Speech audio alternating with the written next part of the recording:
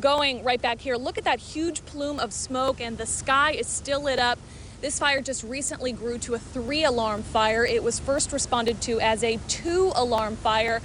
Take a cut to the video. Our photographer, Chad Cromwell, was the first on this scene and captured these dramatic images. You can see the apartment complex fully engulfed in flames. This is what firefighters arrived to right about 4:30 this morning. We had the only camera there as the child was reunited with her mother, and tonight it is very intense. You're looking at live pictures again from the scene there on Fairview Avenue. And that really riled the crowd. Students began throwing beer bottles, even at police, jumping on top of cars, including one of our news vehicles, actually. Now it's pretty much just a light dusting of snow, but still this little amount of snow can be very slick. I'm right here at the intersection of 3rd Street and Main. Right now you can see traffic is still pretty light. And this is a look at that incredible them reuniting. And as he was stepping down from that plane, his 3 children and wife ran to hug him. it's the video that's been seen on just about every major network. Painful to watch, but the good news tonight. Well, in other news tonight, a woman finds a 4-year-old little girl wandering the streets of Trotwood early this morning. We had the only camera there as the child was reunited with her mother, and tonight police have a lot of questions for that mother. Nicole Grigg is live in Trotwood with more. Nicole. Deborah, thank goodness nothing happened to this little girl. She was found walking on this sidewalk by a complete stranger right next to a busy intersection here off of Shiloh Springs Road in Trotwood. Tonight, police tell us that the mother's story just isn't adding up. Everything is back to normal here at Meadowlark Apartments off Shiloh Springs Road, but overnight, these little feet were found completely wandering alone. Just imagine if I would not have been here. Andre Pierce was at the right place at the right time, finding that 4-year-old girl shaking and crying for her mother. There's a lot of sick people out here in this world. Kids come up missing every day. Watch your child. And tonight, however you want to look at it, was a happy ending. And we were the only ones on scene to hear from the mother herself. I just want to say that I did not leave my daughter unattended. She was supposed to be with someone. That someone's supposed to be a neighbor. But I guess that's what I get for trusting the people that I can't trust. Police telling us tonight the only person they don't trust is that mother. The neighbor says she was never asked to watch the 4-year-old, and they say that little girl even says she was left alone. Yeah, we just went over there to go get her, and she's denying the whole charges. Stand by. That mother faces 1 count of child endangering. She was not taken to jail, but she has been summoned to court. Reporting live tonight in Trotwood, Nicole Grigg, ABC 22 News.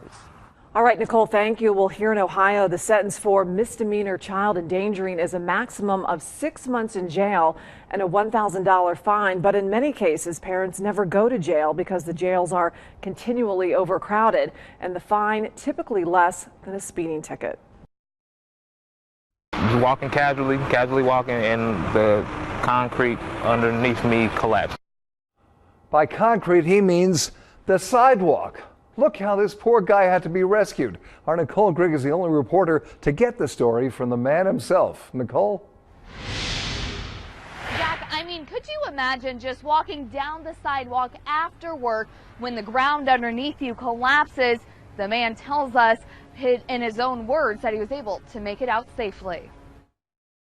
We were there minutes after Stephen Bonner was rescued before he was taken to the hospital after falling at least 10 feet into a hole when the sidewalk underneath him collapsed. My right leg went in first, and of course it sank down, and my left leg got caught on top of the concrete, kind of folding me up, so I had to fall back using my arms. And this cell phone video shows the seconds after Stephen fell inside the hole off East 3rd Street. You can see so far down he's unable to climb out himself. Thankfully, I didn't get pierced by any rebar or, any falling concrete, trapping me in there. Eventually, you'll see in this video the fire department came to help rescue Stephen. They put down a ladder so he could climb out. I've been doing patchwork out here, but there wasn't any signage stating that, do not walk in this area, no caution tape. or anything of that nature. So we asked the city how this could happen. They tell us that there's a lot of basement areaways underneath the sidewalk you walk on downtown. I mean, these don't happen very often, and there really wasn't any evidence that we could see, you know, above ground that would indicate that it was going to collapse. Although the city keeps an eye out on sidewalks, we have learned it's the property owner's responsibility.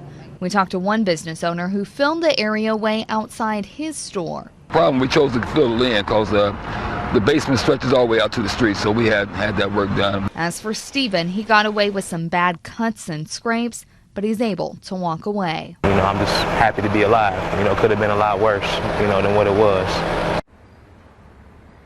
So right now you can see there's a piece of wood covering that hole. The city tells us that the owner has already filed for a permit to go ahead and fix this hole. For now, reporting live in downtown Dayton, Nicole Grigg, ABC 22 News. For 4 long days, authorities exhausted themselves searching for Dante Morris. A detective from the Tampa Police Department had a lot to do with Morris turning himself in somewhere in Tampa. What I can tell you is that it was a confidential informant, and confidential informants are given a level of protection by law. So that individual will not be identified. Morris is facing 3 first-degree murder charges for killing Tampa police officers David Curtis and Jeff Kokab. Police also say they have evidence Morris also killed Derek Anderson earlier this year. Police say the arrest went smoothly. He actually was cooperative in the fashion of not being belligerent, but not to the point of giving us information. He invoked his rights, and we did not question him further. The big question on so many people's minds, how was Morris able to stay on the run for so long? I still firmly believe that there is no way that we could have applied the amount of pressure that we had on out there in the community, and he could have kept himself underground without assistance. The arrest came the night before the 2 fallen officers were buried. Police say his capture brings some relief to the officers' families, but they don't think Morris even knew the officers would be laid to rest today. I doubt he had any idea. And I doubt that he has any compassion towards the officers and would do anything that would help the families or help the community.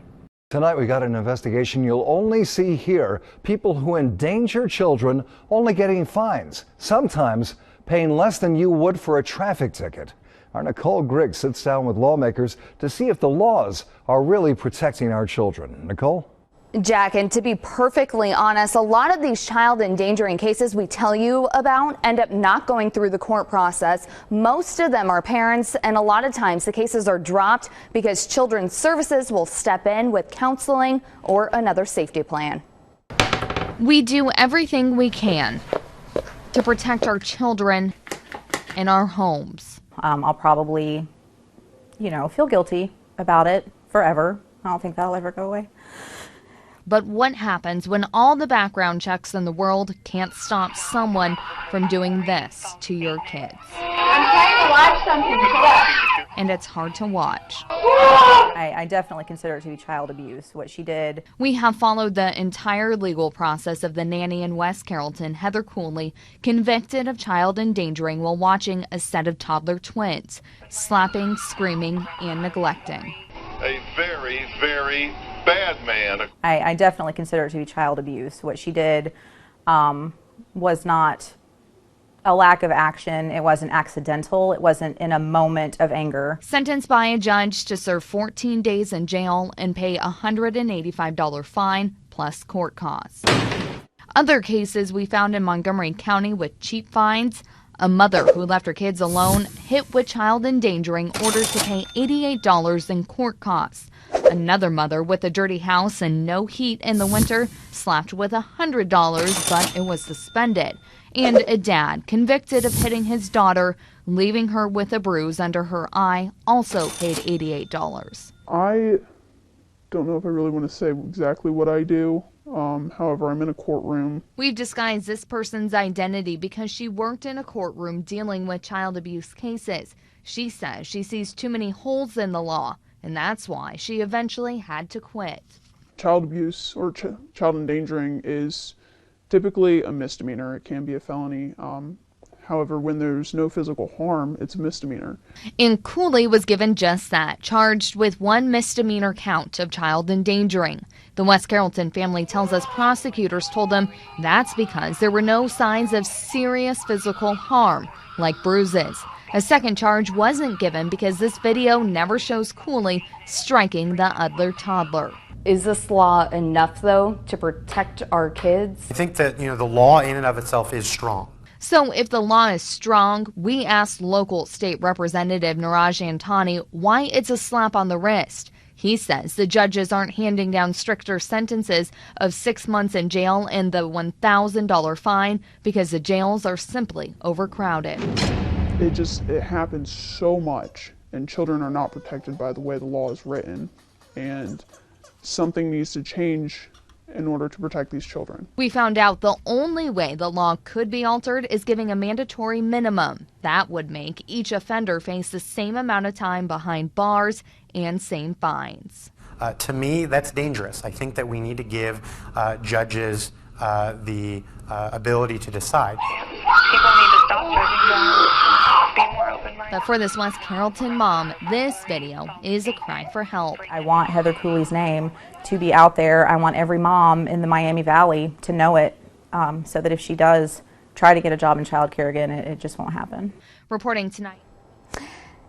And I did reach out to Heather Cooley again for her side of the story, but never heard back from her. I did check. She doesn't have a criminal history, so that likely played a role in little jail time and fines. She has yet to serve those 14 days behind bars. Jack. Well, that's harrowing stuff, Nicole. Thank you. Just to be clear about this, child abuse is a type of action under Ohio's child endangering law. Whether the abuser is charged with a misdemeanor or a felony depends on the degree of physical injury. Most cases we tell you about are treated as misdemeanors. And most of the time an abuser can get a first-degree misdemeanor. The most time he can get then is 180 days in jail. By the time an abuser is charged with a felony, it's often too late to save the child. This morning, racers will begin qualifying for the Honda Grand Prix of St. Petersburg. The wild ride around the city kicks off the 2011 IndyCar racing season. Our Ashley Glass is live near the track in St. Pete. And Ashley, you got a little bit of a taste of what it's like for those drivers. You had to fulfill your need for speed. Yeah, just a little tasty. I got to ride in a car very similar to this one. Check this thing out. This is an Indy car. Now, the car I got to ride in, it was modified slightly to have a driver and a passenger seat. They wouldn't let me drive, but they did let me ride. And as you're about to see, I wasn't quite prepared.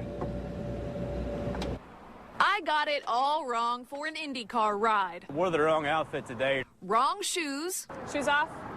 I would do that. Wearing a skirt. Like a lady. No sunglasses. Do you have some I can borrow? Now I'll look like an Indy racer. Yeah. I'm ready. My driver, Grant Ritchie, pushed it 270 along Bayshore.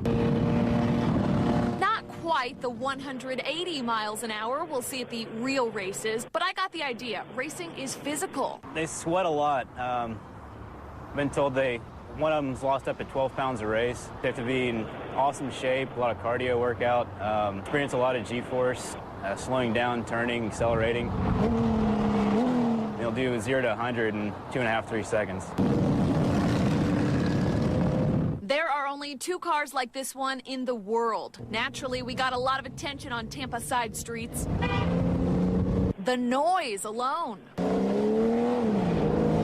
That's actually a motorcycle engine in there. The car only weighs 1,500 pounds, light for a car, and being just 2 inches from the ground, you feel every bump.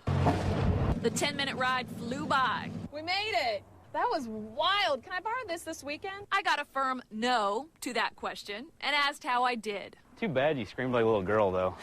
I can put these back on now. Back out here live, Grant, my driver, has coined these my racing shoes. I brought them today just in case I bump into him. He'll want to know that I have them handy.